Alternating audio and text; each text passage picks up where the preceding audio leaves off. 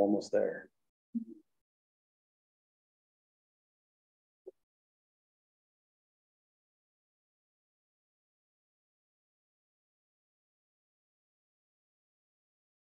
Well, I think we can get going. Welcome back, everyone. So for today's class, we're doing one more topic on limits. We're looking at what happens when you're taking a limit as x goes to infinity or as x goes to negative infinity. So kind of the reversal of when we took the limit as, say, as x went to 5 and we got a positive infinity because of a vertical asymptote. We're now looking at horizontal asymptote. If x goes up to infinity or negative infinity, we're wondering, does the curve settle down? Does it stabilize, or does it do something else? So that's going to be our major thing we want to get through today. Then when we go to section 2.7, this is going to be kind of the exciting stuff. In 2.7, we're revisiting this right here. And we're going to be starting to calculate our first derivatives, putting all of our limit techniques together.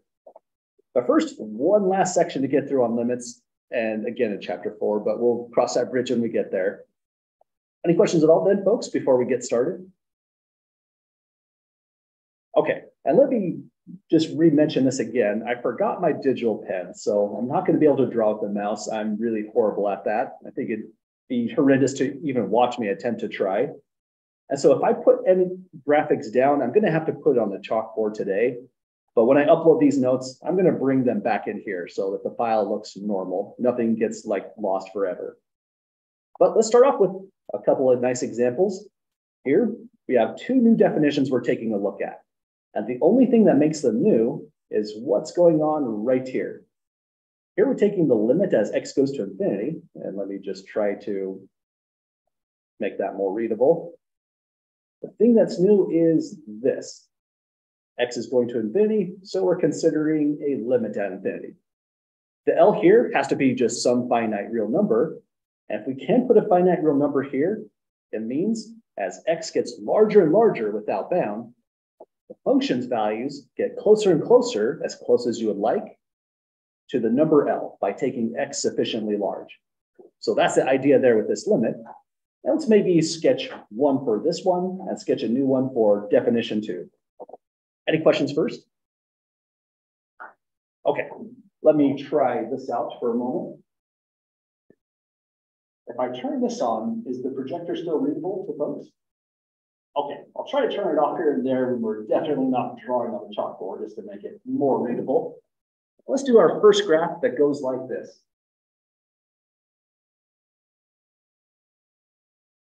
So I want to take the limit as x tends towards positive infinity, then another limit as x tends towards negative infinity, of a function f of x. So let's get to that function right next. Over here, let's make the function come through, cross, and go up about like this. So that's all it's going to be doing on that end. Next, I'm going to let it come down.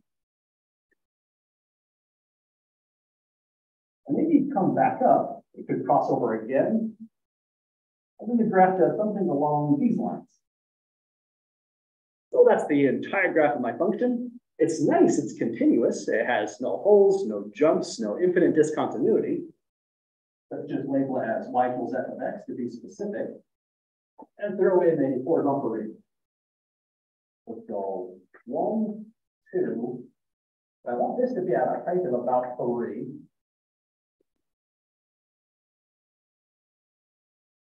And for this one, well, we already have it approaching the x-axis, but I'll put a 1 through here anyways. Just to remind ourselves, we have now two horizontal asymptotes we're looking at. This one would be the equation y equals 3. And this one would be the equation y equals 0. So if we have two horizontal asymptotes, the good news is we've studied asymptotes before. And when it comes to horizontal asymptotes, you're taking these limits. The answer is the height of that asymptote. So if you think in terms of asymptotes, you know about everything when it comes to these kinds of limits. For example, it says here, x is tending towards positive infinity. That means we're trailing the curve going off to the right. And the height of that curve is getting closer and closer to a height of 3. That means the limit itself is 3, and that's 1 male. Does that make sense to folks on doing this limit here? Awesome. And this equation is only correct if and only if you did have a horizontal asymptote somewhere on your graph. Okay, if we try it again, let's see the value of this limit here when we head towards negative infinity this time. Exactly. The curve is doing some weird stuff in the middle, right? But it doesn't matter. All that matters is the far, far left towards negative infinity. The curve is getting closer and closer to a height of 0. And so that's our answer here on that asymptote.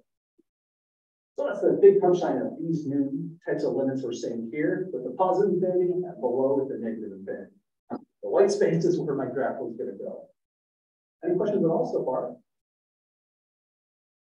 Okay, because asymptotes are now a part of the nature for these kinds of limits, if you think back on some of the things you've done in college algebra, say with rational functions or in other classes, that material can answer some of these questions almost instantly. And I'll point out when that happens when we solve our problems ourselves. You want some review on that? That's this right here, rational functions review material. Let's open it up just to walk through it. There's a lot of stuff. That's a rational function. If you have to write it generically, it's as ugly as sin, but it is what it is. Math just makes us write it that way. But what you probably would want is this information. If you look at the degrees of numerator and denominator for rational function, it completely tells you when you have no horizontal asymptote, what the equation of another asymptote would be, and if y equals 0 is the third possibility. So this right here is going to be pretty helpful for us. We'll see how to do it 2 ways, just fully algebraic the way the author does. And we'll mention, well, if you thought of asymptotes, here's the shortcut. Any questions at the moment? Okay, so those are our new limits. And now let me go to these graphs right down below here. On example 1, example 2, example 3, these are meant to be really fast problems. I was going to sketch graphs, but I'll do these on the chalkboard. I'll put them in the notes later. So these are some common graphs that we should just be aware of. And they're nice graphs so that if you ever had to take this limit, if you know what the graph is, the answer is just automatically done. So first, let's start off with part A. I'm going to put down a really fast graph for the tangent inverse function. I'll just throw it over here.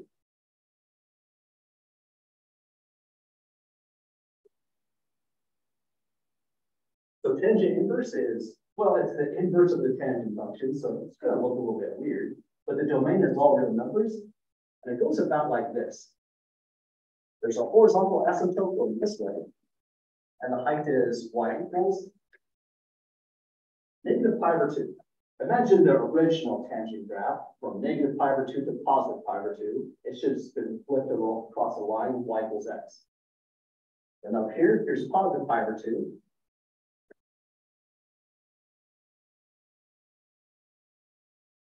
And the graph of tangent inverse comes in like this. It's going to go right through the origin and then approaches pi over 2 to the right, negative pi over 2 to the left. Let me add a label. This is y equals r tangent or tangent inverse x. So that graph is really helpful. This is just really review information from trigonometry. But now suddenly it's relevant if you have to take these kinds of limits. Let's do these limits down here. It says we're taking the limit. X is going towards negative infinity of tangent inverse. Anyone see what the value should be?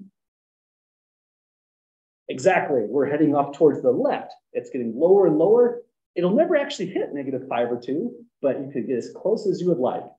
So we say in the limit, it's exactly equal to negative pi divided by 2. And then likewise, if we go to this one, we have to be really, really careful on these symbols, right? The difference of negative infinity here, positive infinity over here, makes all of the difference, really. This one, we're going far, far to the right, and we're getting closer and closer to positive pi over 2 here. So those are, again, really fast limits. If you know you have a horizontal asymptote, then you know what these limits are going to be. So this is essentially how we answered that question. No algebraic method, it's all graphical. Any questions or comments so far, folks?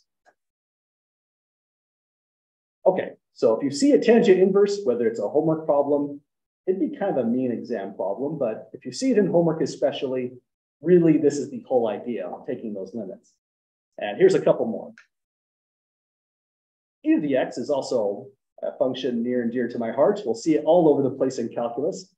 So let's give a really fast sketch to this one as well. Once we have the sketch, then we can do a couple really fast limits like before. So maybe we could put it on this panel here. I haven't used the chalkboard since COVID. This just feels weird. The class looks different from here.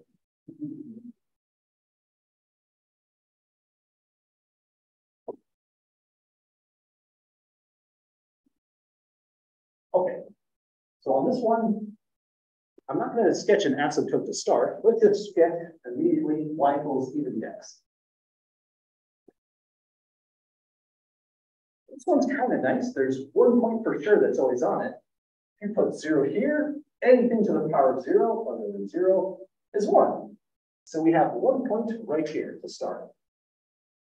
Then it's an exponential function, so it grows incredibly fast, faster than any degree polynomial you can come up with. If we go off to the left, it does this kind of thing. There's a horizontal asymptote there. It's approaching y equals 0 if you go on to that direction to the left.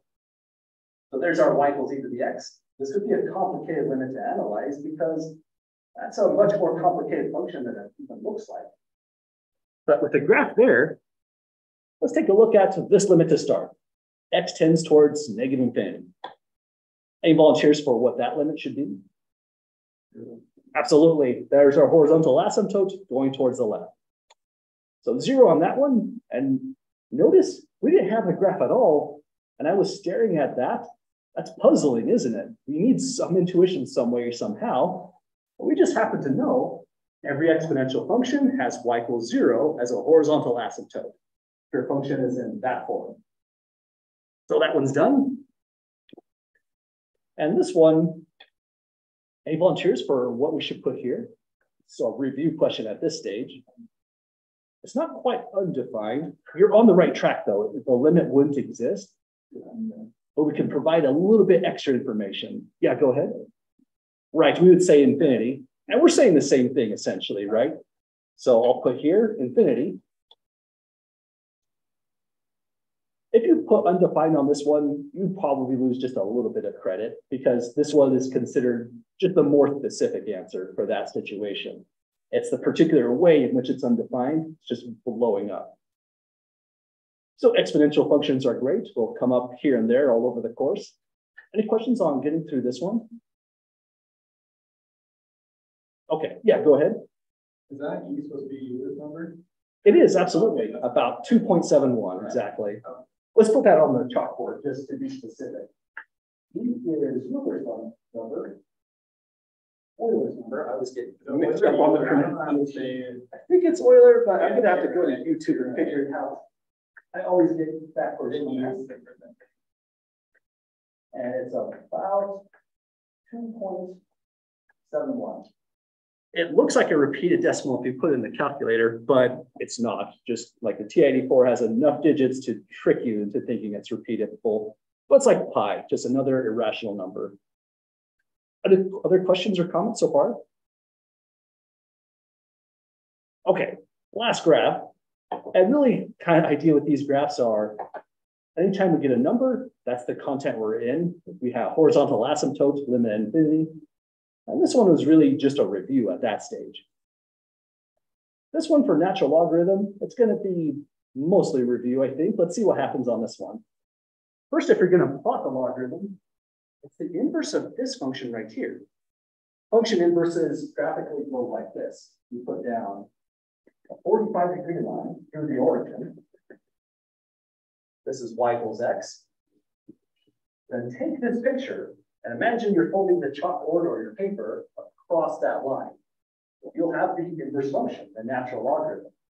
So if this is at 0, 1, put that here at 1, 0, right exactly here. If there was a horizontal asymptote, The inverse function will have a vertical asymptote instead, and its graph will look like this. So this one is y equals the natural logarithm of x. So it's a very, very useful function. We'll have lots and lots of content revolving around logarithms, not just the natural log, which has base e.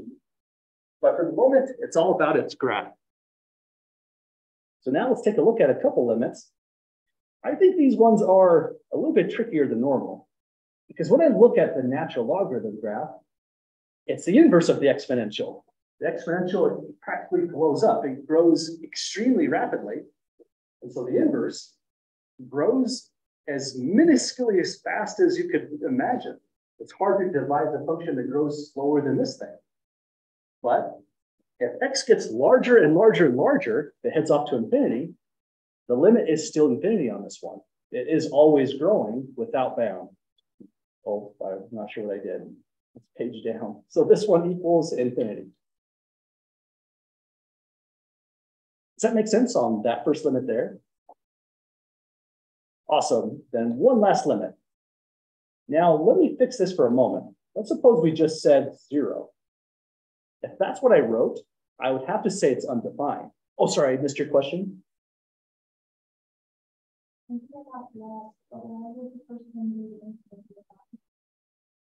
Oh, only because we're on the natural log curve and it's just going up and up and up as we go to the right. Yeah, exactly. Yep, you bet. Other questions so far? Okay, then on this one, if we wrote this, that one's undefined. We can't even say anything. We can't even put an infinity on it. And the reason is, if it just says 0, we have to have a part of the curve to the left as well. There's nothing on the left of 0, only to the right of 0. That's why the problem had to be written this way. It had to say specifically 0 from the right. So now we're coming in where the curve actually exists. So that slight change to make the limit valid. Anyone see what the value of this limit? Oh, geez, I keep hitting that. Sorry. The value of this limit ought to be. Sorry, say again. It's not quite 0. It'd be negative infinity, exactly. So if we head to 0 from the right, pretty much your finger is doing this. We're getting closer and closer to 0 on the first coordinate, but the second coordinate, well, it's just going down forever. There's a different asymptote on this one. It has a vertical asymptote of x equals 0, and that's the value of limit, excuse me, the value of the limit on this one would be negative infinity. Sorry, I got confused on my asymptote versus the limit. So negative infinity on this one. Any questions at all, folks, on getting through these? Okay, so this one where we got an infinity, we had a vertical asymptote right at x equals 0. And any other time we're going to infinity, we have a finite number, there's a horizontal one. That's infinite, so no horizontal asymptote on the natural log curve. Going up to this one, that one does have a horizontal asymptote on y equals e to the x, and so on for the other graphs as well. So those are the major ideas so far. And what I was going to do on example 4 is really just kind of one big group activity. We've done a lot of different kinds of limits at this stage. And so now here, it's all thrown together. The instructions say, for the function f whose graph is given, determine the following limits. So here they are, a through L, that's by a few limits here. Here's the underlying graph where we're going to put everything down. And let me see if I can, I'm not going to be able to draw the equal sign very well, but I should be able to draw a number. Let me see if I can do that. So I'll give everyone a few moments to just look at the graph, analyze it, and then we'll answer the whole thing as a class. Does that sound all right? Okay, let's take a moment and just eyeball that thing.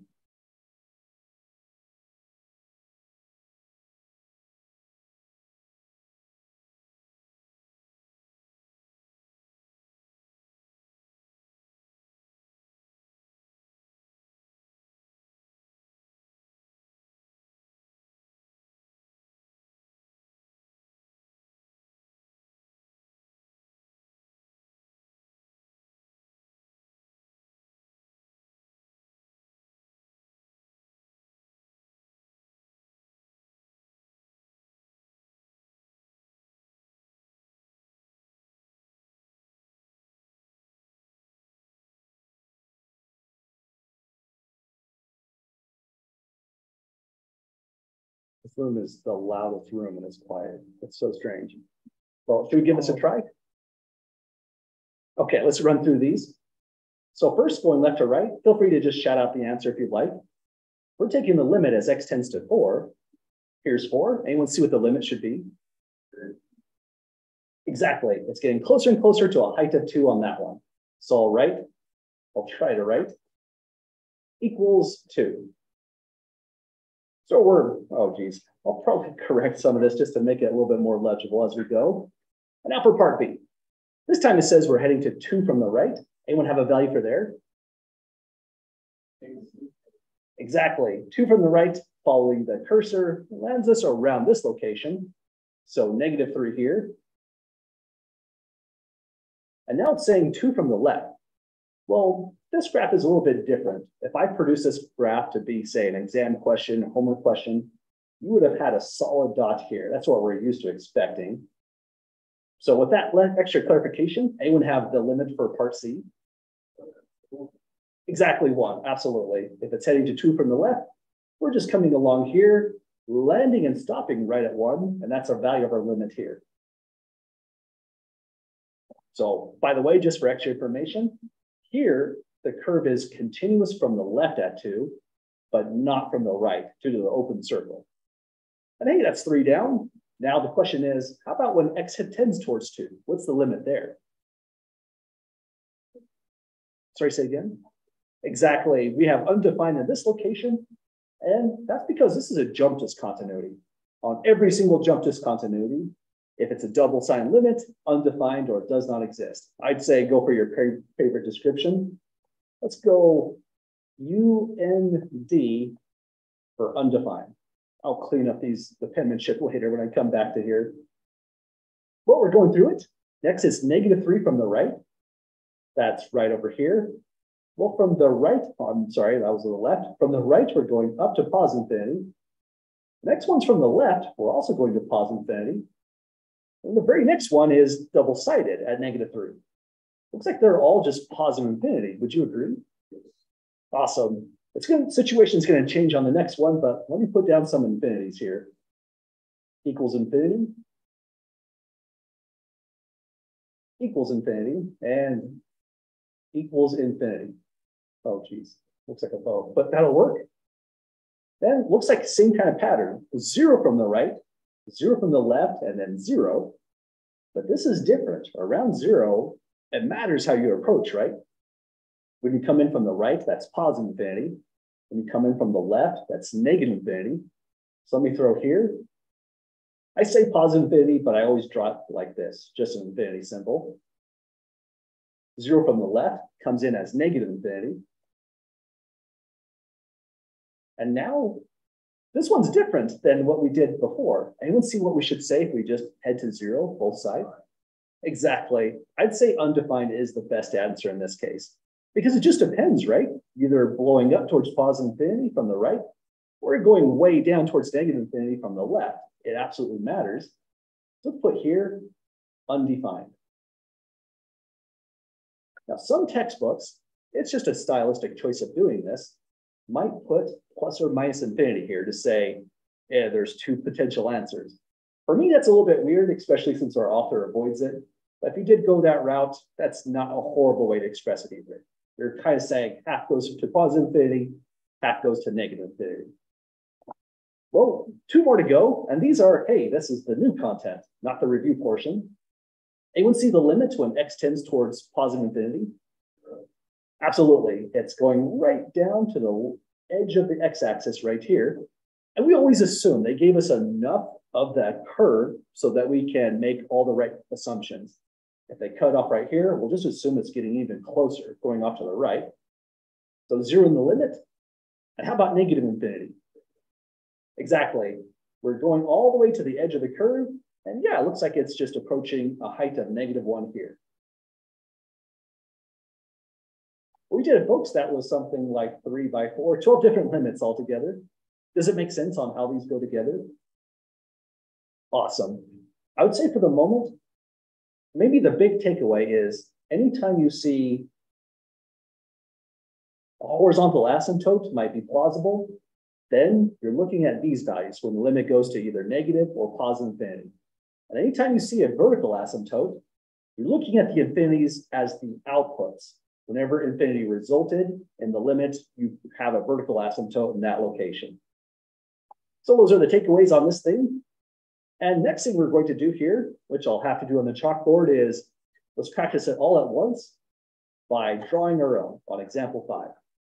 After we do that, we'll look at some of the algebraic techniques and methods we need for just cranking things out by hand when we just have a formula. But again, these are always the challenge questions, so let's try it out again. While we're taking a look at that, I'm going to just clear off some space. I'll put it over here.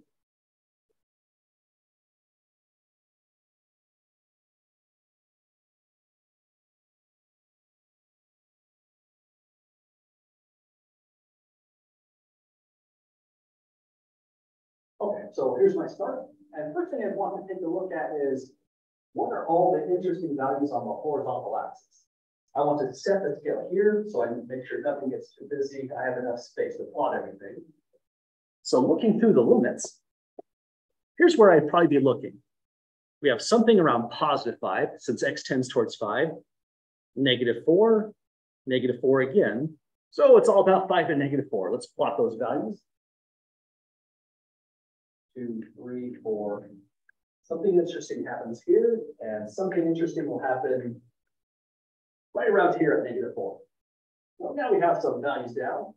Next thing I would attempt to do is get some good values for the vertical axis to set this scale now. Well, to get vertical axis values, let's see what's happening on our outputs here. We have one limit that's resulting in 0, not super interesting. This one's going off to infinity. But this one's going to a height of 2 as we go to the left forever. And this one's going to a height of negative infinity as we go to the right forever, towards positive infinity. So I should put a negative 2 a positive 2 and a negative 5 on our vertical axis. So positive 2. And let me put a horizontal axis on it. And negative 5.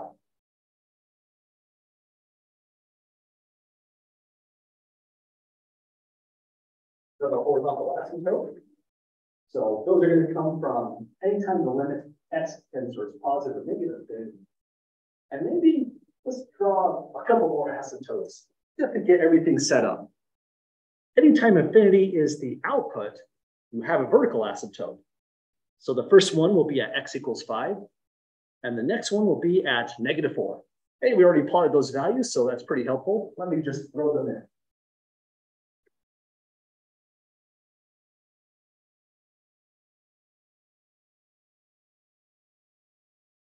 Okay, so this is essentially the stage where we're going to graph our function. I'll put it in orange. Now let's just go down the line. I'll read these off. First at 5, as x tends towards 5, we head off to negative infinity. So let's make that plot happen. It didn't give us a direction. So whether we're approaching to the left of 5 or to the right of 5, we're going down. And I don't want to plot too much of the curve, so I'd probably just do this. We're going down that way and down that way as x gets closer and closer to 5. So that's one down. Does that look right so far? Okay, let's try it again. Next one, it says, oh, this one's tricky.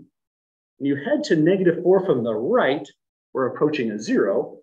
But if you head towards it from the left, you're approaching infinity. So we'll have a vertical asymptote around negative 4. But let me first focus on heading towards negative 4 from the right.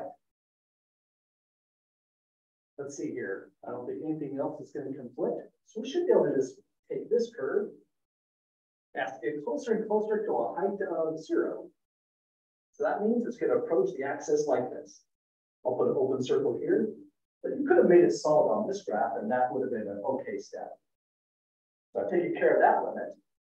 But now to the right-hand side of the red dot, it says if you head to negative 4 from the left-hand side, function's going up towards positive infinity. So here's negative 4 from the right-hand side. I'll just draw a curve that goes like that. Now we're heading off to positive infinity here.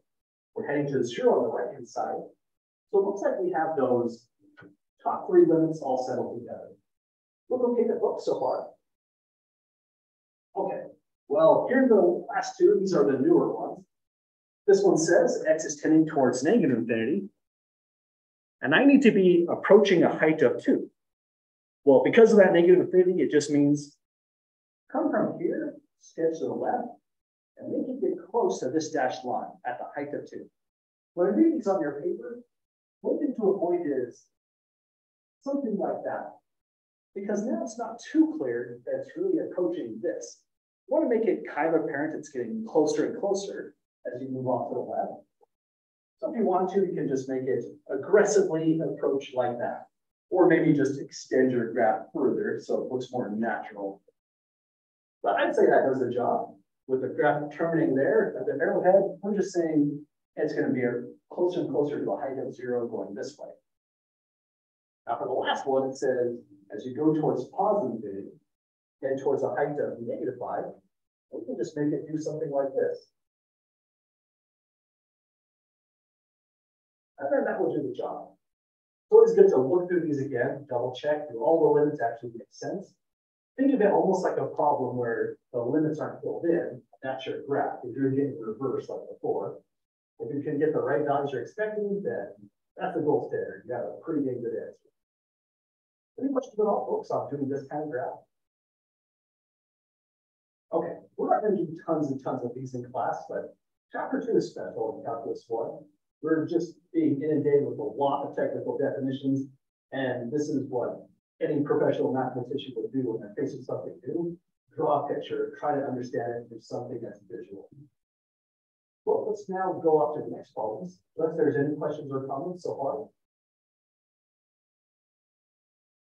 Okay, moving on to calculating more of these kinds of limits. Now we're going to start using limit laws together with one new extra formula to help us out. Let me show you how this is all going to come together. Theorem number 5 turns out to be really the superstar of this entire section. It's going to enable us to take limits as x tends towards infinity of these kinds of functions. This is a rational function, provided r is a positive or negative integer, and so is this one right here. It says if r is a positive rational number, then the limit as x tends towards infinity of 1 divided by x to the r is absolutely 0. It's a great formula. And on this one, if you're heading towards negative infinity, we just need to make sure x to the power of r is defined for all x. Now, the trouble is, if r is rational, then 1 over x to the r could look like this.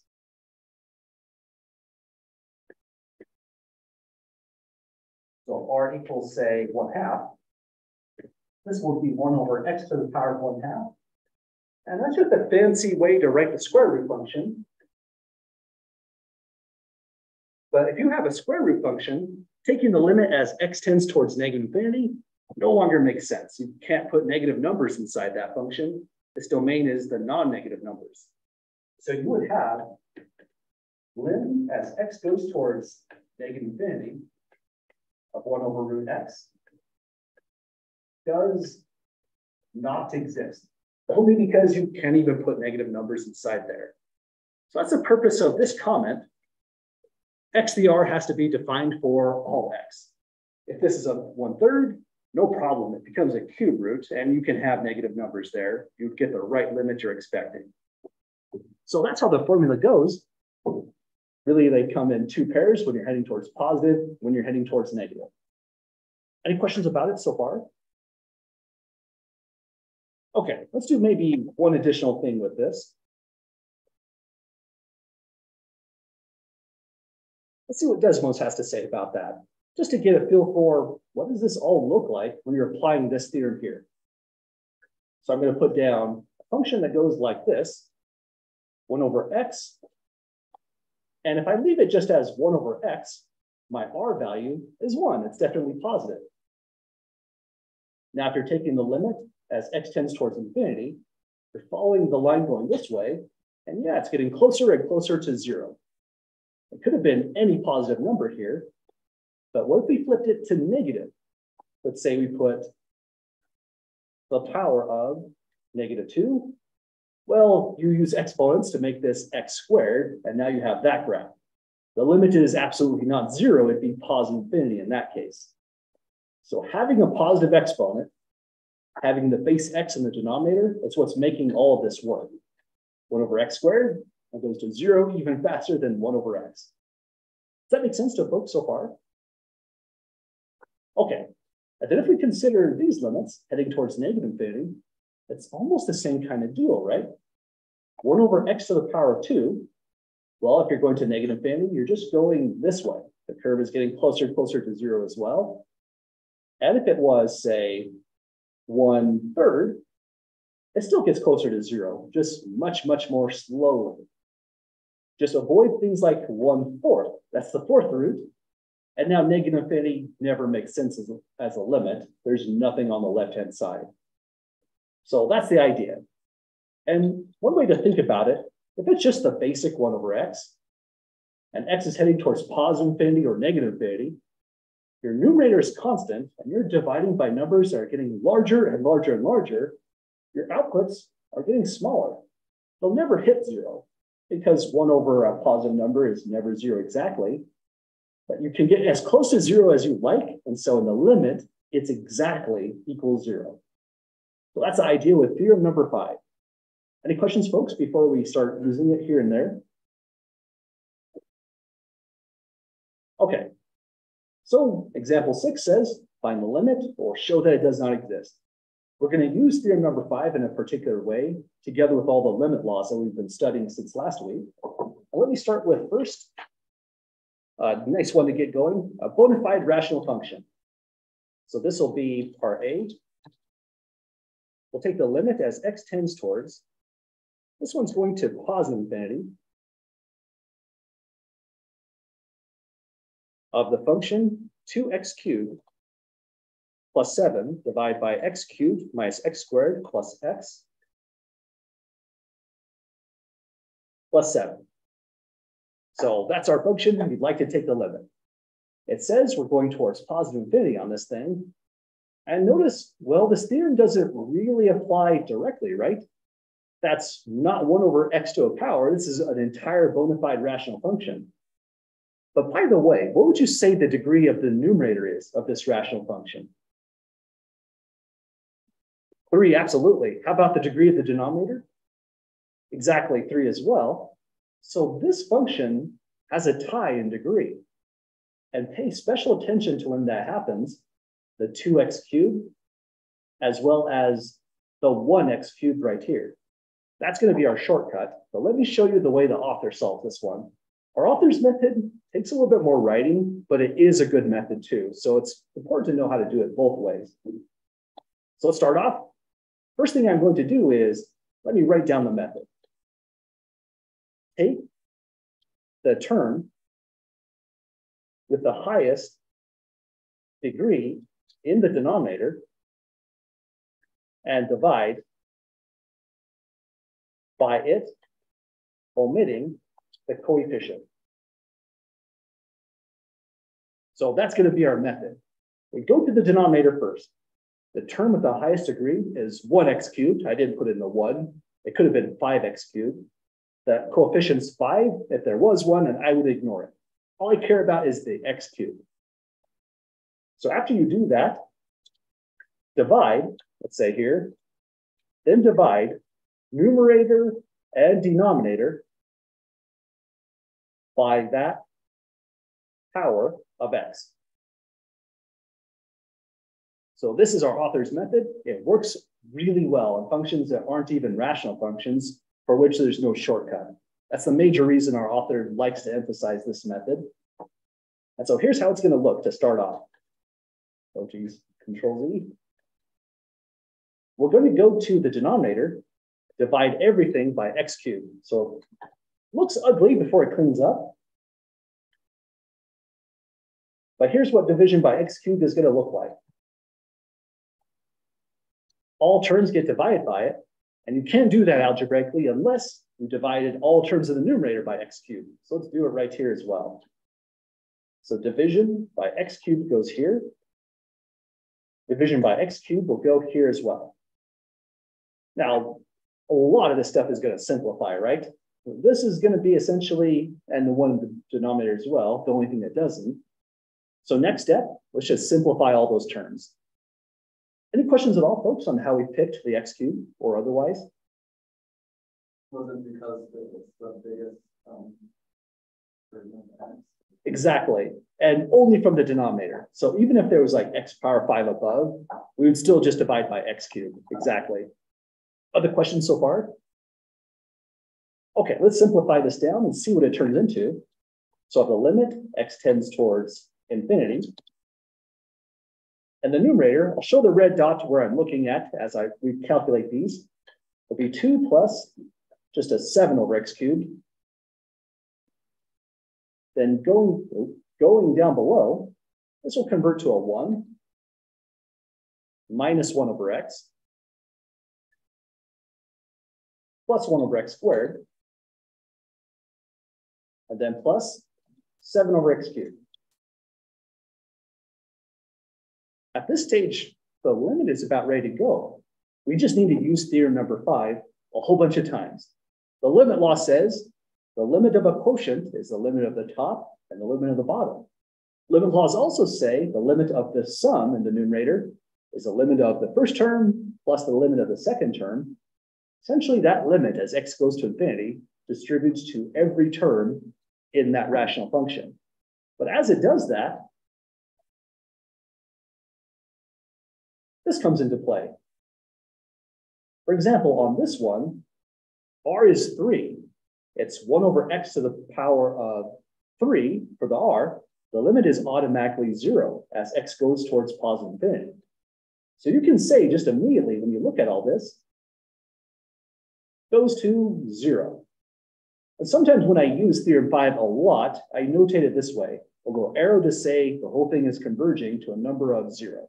It reminds me it's going to 0 because of the limit. Does that make sense on the 7x cubed?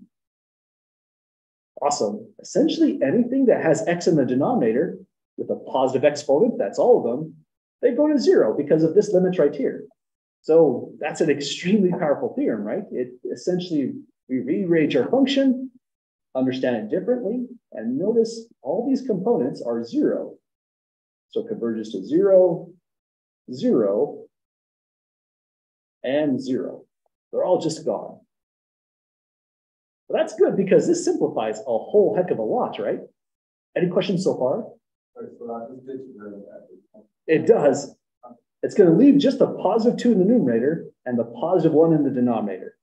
So let's write that out. Equal, oh geez, we don't want to do that. Equals 2 over 1 or just 2. Well, we did it, folks. Yeah, go ahead. We can still use that with even though there was 7. Exactly. And kind of the way that one goes, I'm glad you asked that question, is one of our limit laws allows us to do this. Lim as x goes to infinity. I'll show what it looks like on paper, and then I'll show the limit law as well, just for the extra emphasis. We have 7 over x, oh, geez, 7 over x cubed. But the 7 is just a constant. It can go right here. 7 lim x off to infinity of 1 over x cubed now. And now we use theorem 5 to say that whole piece just goes to 0 altogether. So equals 7 by 0. Does that make sense there? Gotcha. And just in case you're wondering where that limit law was, let me turn to that real quick here. On 2.3, we just used limit law number 3, this one right here. If there's a constant multiplying, it was 7 times 1 over x cubed.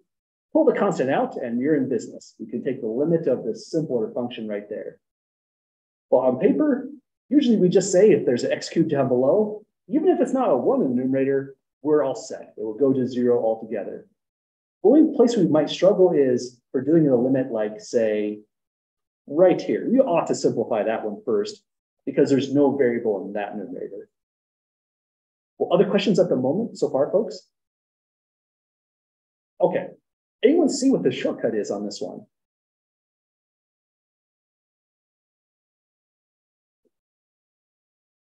Sorry, say again. Well, it was a rational function, right? And if we know certain information about the horizontal asymptotes of rational function, I mean, that came from college algebra. That could have been quite a few semesters ago for you. But here's those review notes once again. It says, if the degree of the top, which is n, is equal to the degree of the bottom, which is m, there's a tie in degrees, then you take the leading coefficients, the an from here, the bn from there, and just divide them. That's the equation that you would want. Let me see if we can just say paste right here.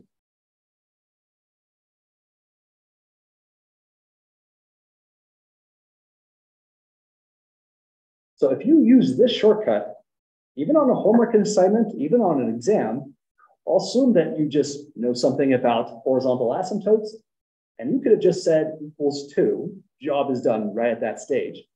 There's a tie in the degrees, x cubed over x cubed. The an is a 2, the bm is a 1. So that's what it's going to come down to every single time we try this process. Kind of nice to have a big, powerful tool that helps us out as well.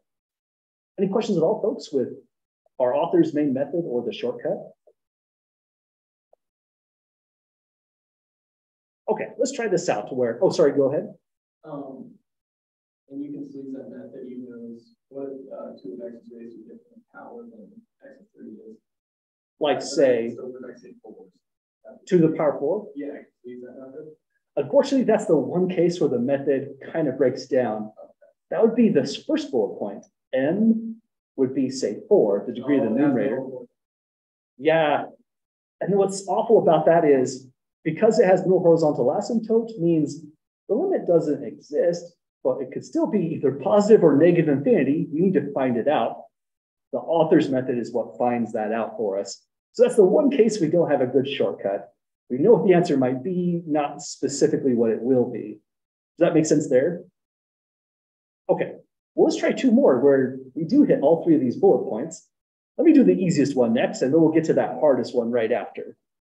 So here is our part B.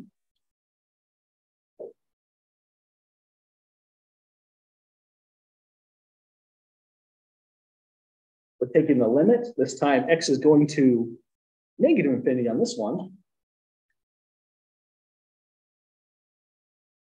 The function is going to look similar, but it's going to be, let's see here, 2x cubed plus 7 in the numerator. So exactly the same as before. Down below, it's x power 4 minus x squared plus x plus 7. Okay, so now we want to know the degree of the numerator is 3. That would be the n's we see here. Degree of the denominator is 4. That's going to be the m. So which bullet point are we on? First, middle, or last? Yeah, exactly. So if we're on the last bullet point, anyone see what the value of the limit must be? 0. Exactly. You are allowed to say that. In fact, that's the takeaway of section 2.6. If you have a horizontal asymptote, you've resolved this limit at infinity. It's just that. If you left that on an exam, that feels weird, but that's for full credit. How about we do author's method just to see how it ties together? Does that sound all right to folks? Okay, so this is the fast way, which sometimes works really, really fast. And here's the long form method. Limit x goes to infinity. We're going to take really the same stuff, but now we have to divide by something. Anyone see what power of x we're going to divide everything by? Exactly, x to the power 4. We go to the denominator, and in the denominator, that's the winning term. Let me highlight that one. So we're going to go to every term, divide by x power 4, and see what we get. So 2x cubed over x power 4. If you simplified it right here, that'd be great, but I'm just showing this for the sake of what even happened on the notes. Then minus 7 over x power 4. That looks crazy. Let me fix that. Then down below, x power 4 over x power 4 minus x squared over x power 4 plus x over x power 4 plus 7 over x power 4. There we go. So it looks really, really awful. Sorry, go ahead. Your numerator is supposed to be, you're adding 7 over x4. Oh, thanks for catching that. Yeah, that should have been a plus right there. Other questions so far? Awesome. So with everything settled here, I'd say the next best step is simplify. See how to apply this theorem or those theorems when the dust settles. So we're going to get limit x goes to infinity. I missed that visual pen already. Fix that. Infinity. There we go. Then in the numerator. Oh, thank you. Negative infinity. Then above, it's going to be 2 over x on this one. Then plus 7 over x power 4. Going down below, we'll have a 1 minus 1 over x squared.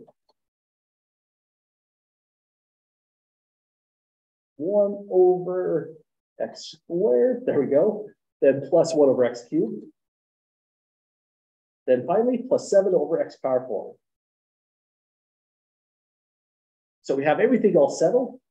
And now, remember, the only thing we really want to avoid is division by 0. Even 0 over 0 is undefined, tragically. But we're not going to get a division by 0 because of that 1 right exactly there. We're saved from it. Now, when we apply the limit, as either we're tending towards positive or negative infinity, all those exponents are positive numbers, and so they all go to 0 as a fraction. So let me write out that step.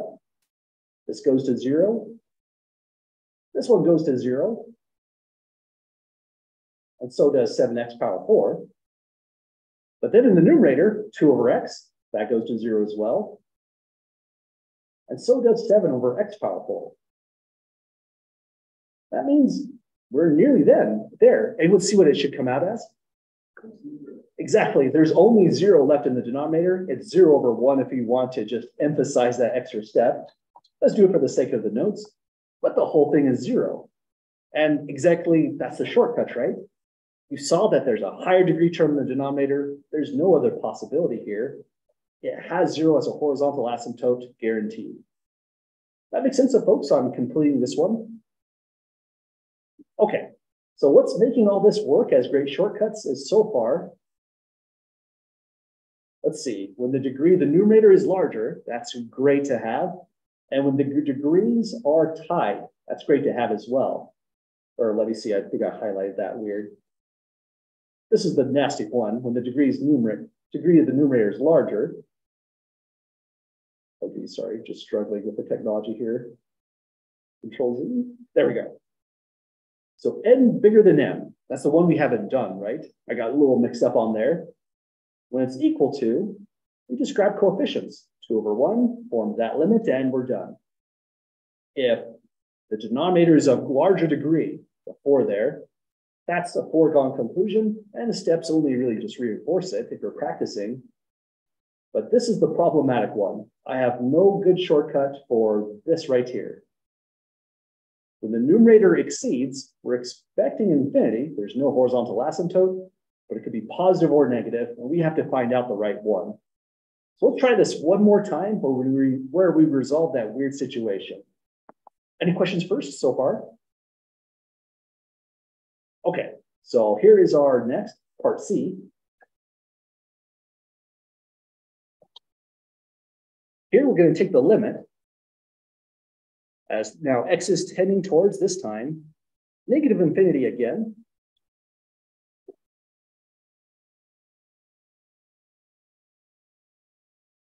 The function, similar, just because we're trying to see how the cases change. Numerator this time is 2x power 4 plus 7. Then down below, x cubed minus x squared plus x plus 7. So that's our whole limit to take. And now, in this particular problem, we need to be really, really wary with this one. All because of that x power 4 right there. The numerator wins, it's of higher degree. That means the top is growing much, much faster than the bottom. And we have to decide then, what is this going to come out as? Positive infinity or negative infinity?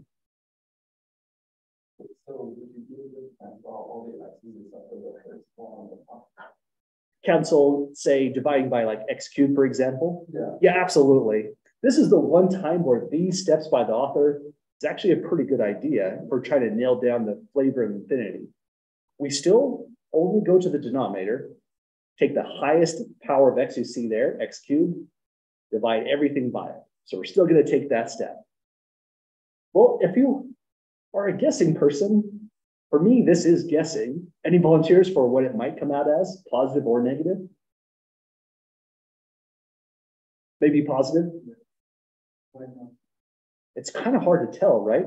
Because the direction also matters, and how it's going to reduce is going to be big on that as well. If you were doing this as homework, I'd encourage you to go through these steps. But keep in mind, this is always great for intuition. Take a graphing calculator of any kind. We can't use them on exams, so that's why you ought to practice this way as well. But if you want to just check if you're on the right track, let's plot the function and see what happens. In here, it's y equals 2x power 4 plus 7, down below, x cubed minus x squared plus x plus 7. And this is the graph of the function. It does have asymptotes. That's what's weird about it. They're just not horizontal. These are slant asymptotes. X is going towards negative infinity. So we're following the dot this way, going down, down, down forever. We expect negative infinity then in the limit. So now let's check this out algebraically and see if it turns into our expectations. Any questions first before we get started? Okay, same method as before. Take the term with the highest degree in the denominator. Just worry about x, not the coefficient, and divide by it. So on this one, let's call it limit. X goes to infinity. I'll write it out first so we know what happened in the notes. X cubed is dividing everything, so 2x4 over x cubed. And you could call that 2x if you're saving some time on your notes. Plus 7 over x cubed. Then again in the denominator, x cubed over x cubed minus x squared over x cubed plus x over x cubed plus 7 over x cubed. So that's how it looks. Now let's simplify it on the next step. Limit x goes to infinity. Now right on this one, it's 2 over 2x plus 7 over x cubed. 7 over x cubed is great. That one goes to 0, but 2x doesn't. If x gets larger and larger negative, 2x gets larger and larger negative twice as fast because of the 2 there. So that piece is not going away. We're not expecting an actual limit that exists. It's going to be positive or negative infinity this time. But now below, it's a 1 minus 1 over x plus 1 over x squared plus 7 over x cubed. I like that 1. That means we're not dealing with, say, a 0 in the denominator to complicate matters. Now, when we apply the theorem, we're heading towards, negative infinity. That was my bad. Let me fix this here. I wrote negative infinity and then forgot. That's a bad way to get mixed up on the end of the problem. Negative and there we go, negative. You have to definitely have the right limit. Now, this one goes to 0 in the limit. That was weird. Let me see if I can fix this. Let's just put it on the next page. That might help out. That one goes to 0. And my little circle here definitely moved around. Let me circle that again. Okay. Oh, geez, I just noticed it's really moved around. There we go. I think we have a good one. Goes to 0 here. Goes to 0 here. Here. And here. Again, that's theorem number 5. We've used it over a dozen times already at this stage, running through these problems. But here's what's left. The bottom is always a positive 1. The numerator, well, if x is heading towards infinity, 2x is also heading towards negative infinity. So this one is going to head towards negative infinity just altogether.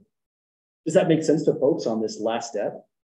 There's not much more to write or say, but the output would be, this is how it would end the problem, equals negative infinity. Let me highlight a little bit extra. To get that conclusion, because x was heading towards negative infinity. And because then these are also numbers that are going to get larger and larger negative all at the same time. If that was a -2, however, we would have had to say positive infinity.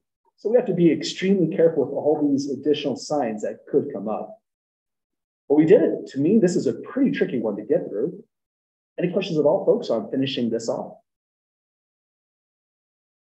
Okay, looks like we have enough time for just one more. I have one here that's going to be similar to a homework problem that's assigned. It has to do with logarithms, and so it's the major reason why I wanted to bring it to class today.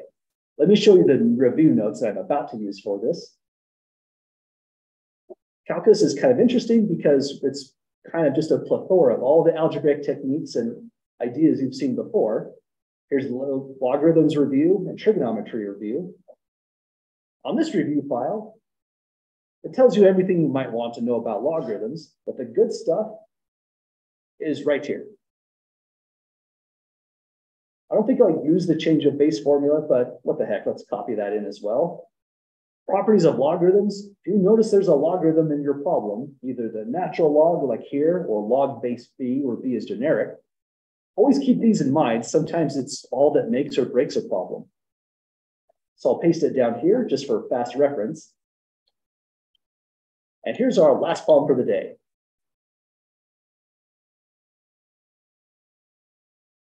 We're going to take the limit as x tends towards, this time positive infinity, but I need extra grouping symbols that start with a bracket, natural log 2 plus x.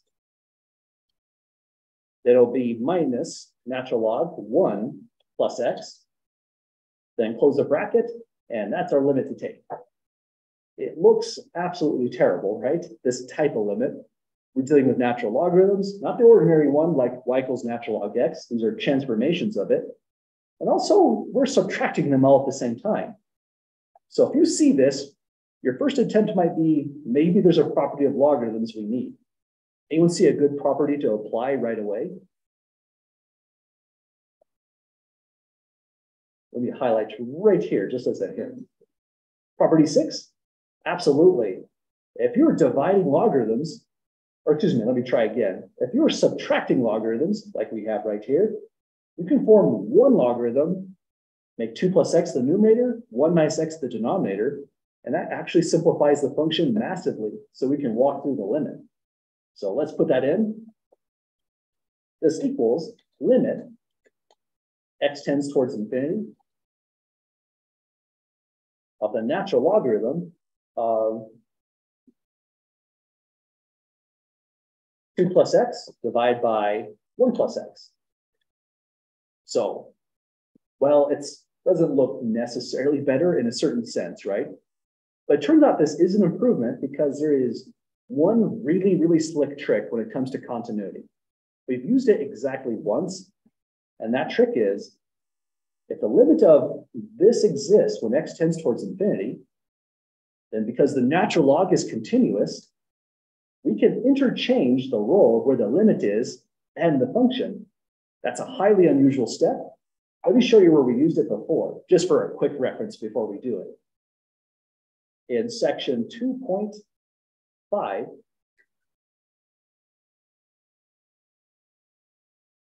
right here, we had the same kind of situation. Arctangent, that's the tangent inverse curve. Well, we deleted that one. But this has a limit when x tends towards 2 after we simplified. So because arctangent is continuous, the limit went inside the function.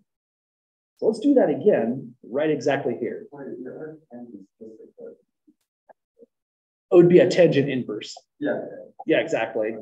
It's the one that we drew that had like sideways thing, pi over 2, negative pi over 2 is asymptotes. Cotangent is 1 over tangent.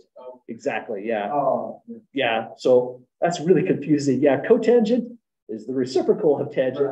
Well, like graph it off the same. Not at all, yeah. Arctangent is the functional inverse of the tangent function. Usually we write tan inverse instead of arctan. Does that make sense with the two differences? Gotcha. Let's go over here and then make the limit commute inside. It's going to be equal to the natural logarithm of the limit as x tends towards infinity, the fraction 2 plus x over 1 plus x. And so that limit right here turns into something way easier than the original problem. In fact, if you look at this, there is a shortcut to that. The highest degree in the numerator is degree 1 with a coefficient of 1. Same in the denominator, it's degree 1 with coefficient 1. So if you use the shortcut on this, you can see what the limit should be. It wouldn't be 2. It wouldn't be 0. It would be a 1, absolutely, like you're saying. Let's show the steps because, again, the steps are valuable. It was necessary on part C, for example. If I show out the whole steps on this, it will go like this.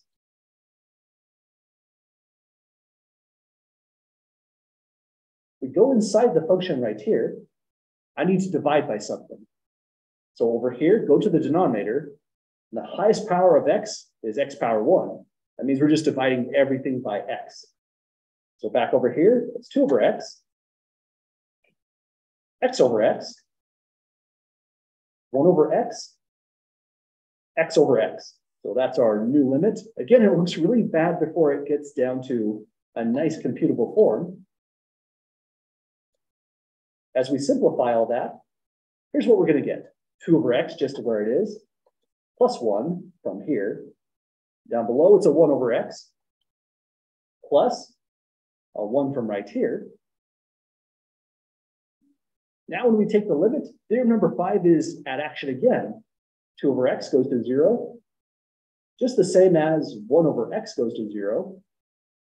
We're just left with the 1s altogether. Does that make sense so far?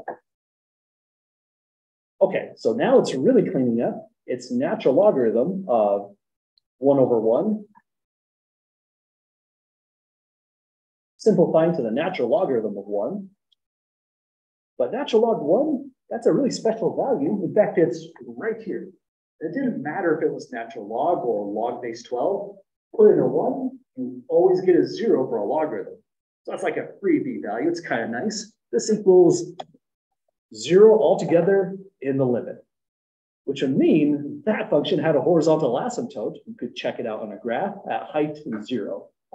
But these are the actual algebraic steps to make all of that happen. Quite a lot on this one. Well, sorry for running over on this one. Any questions, folks, before we call it a night? Okay, when we come back on Thursday, we'll finally take a look at derivatives. So congratulations, we're about there, the main topics. And thanks for your patience today. I'll make sure I bring the pen next time. I'll be drawing even more next time as well.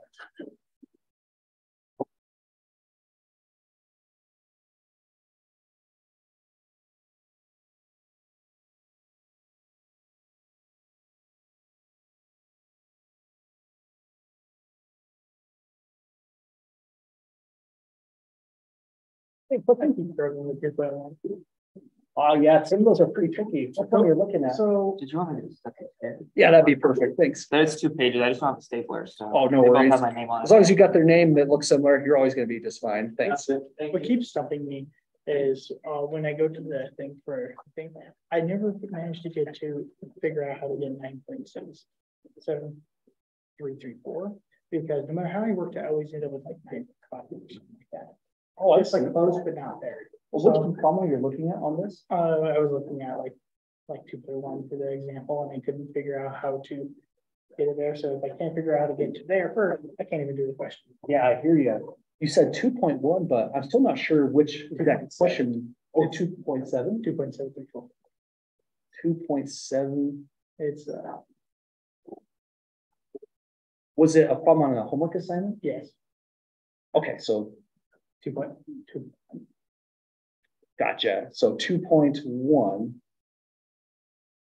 exercises. And then you said 7 or No, not like the actual, like how you showed us to do it in the assignment. Well, like when you were showing us how to do it. the actual lecture notes. Yeah. I gotcha. So Because I was looking at the notes and I was trying to figure out how to get my thing to also get there. Because if I can figure out how to get there, I can also do that, apply that to literally every single one, and that would just be just fine. So you're saying 2.1 Yeah, just scroll it. down here. This one. I never figured out how to get there. I always got to like 9.5 Oh, I or see. something, so I never figured out how to get here. I even tried putting out like 4.1, I think, but I never figured out how to get there. Well, the way we got that value was, let's see here. We're doing the average velocity on 0.1 second. So we formed that function, f at 4.1. We're just using this as our f function right here. So we go, first let me go. I'm just gonna need that. No, you could do this on an ordinary calculator. In fact, let me do that right here. Yeah, it'd be better if I can show how to do that. Yeah, I only draw this calculator up since it's something people can see on the screen. Okay. Really only reason. If I use this calculator, 4.1 going inside there, 10, 4.1, then minus 1.86 times 4.1 power 2. We'll give you 9.7334. Okay, because I did it divided. Oh, I see. Because that's where like, okay, I'm getting close, but I'm not getting the X. I see. Does that make sense on getting that 9.7? Because I figured out how to get like the 10.9. I even have that saved on my calculator so I can remember that. Yeah, I gotcha. So like, I couldn't figure that out for the life of me. I was like, I don't understand what the law wants from me. I see. I'm struggling to understand the law. So. Push over here. Yeah, I actually have a question on 2 of them. It's on 2.3 on number 2. I sent you an email about it. Oh, that's right. I remember. Let me pull up that graph. It's like I can read the graphs, but then I was wondering which one it was. Yeah, so I it think it's was 2.3. 2.3. Gotcha. Yeah. Oh, this one right here, wasn't Yeah, it? that's the one I was having trouble with. Gotcha. And then I have another one, but we can do this one first. So I like how you started. This is the first limit law. It's just the limit of the sum is the sum of the limits. Mhm. Then it says x tends to 2 f of x. Do you see which graph you'd have to use between the two? Yeah, that one. Exactly. So as you head towards 2, your value is going closer and closer to -1. So right there, I'd write equals -1 for that piece. Then we'll put a plus next because of the plus right there. And then do it again for the g of x function. Okay, so as it's heading to 2, Yeah, so 2. exactly. And so then the answer is just a 1. Or should be a -3 on that one. Would this one be main? Oh, that's a plus, my bad. I Oh, thought I saw a no, minus. No, you're right. That should be Okay, a 1. Okay. Yeah. And then I would do the same thing with the other ones. So Exactly, yeah. distribute that. Then use those two graphs and such. Yeah. Okay, that makes sense now. This one's tricky because when it says x tends to 2 with the x squared, Oh, you put the 2 in there to get a 4 and then multiply by the limit of f of x. okay. Yeah, that makes sense. Cool. And then it's this one right here. Oh, yeah. So the trick on getting through that one there is, let's see, 1 over x minus 1 over 3. And down below, it's just, X minus 3. gotcha. And you're taking the limit as x goes to, gotcha. So the trick with this one is those denominators right there. You can do a couple things. You can add up the fractions if you want, or you can multiply by something that clears those denominators. Okay. I'll leave it up to you. What sounds more exciting, adding the fractions or clearing denominators? We'll add the fractions. Gotcha. To add fractions over here, we just look to the denominators and put what's missing. We just need a 3. Does that make sense for that one? Yeah. Gotcha. For here, exactly. Just throw in what you need, x over x. And on this one, I'm going to do something a little bit weird. Put in a 1. Then you're going to get the limit. X goes to 3. This just becomes 3 minus x over 3x. And the big one, x minus 3 over 1. Do you see how that came together to that stage? Yeah.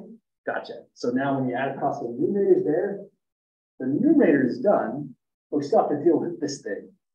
So why don't you just flip it and do the reciprocal of it? Exactly. So now after you flip, and then x goes to 3.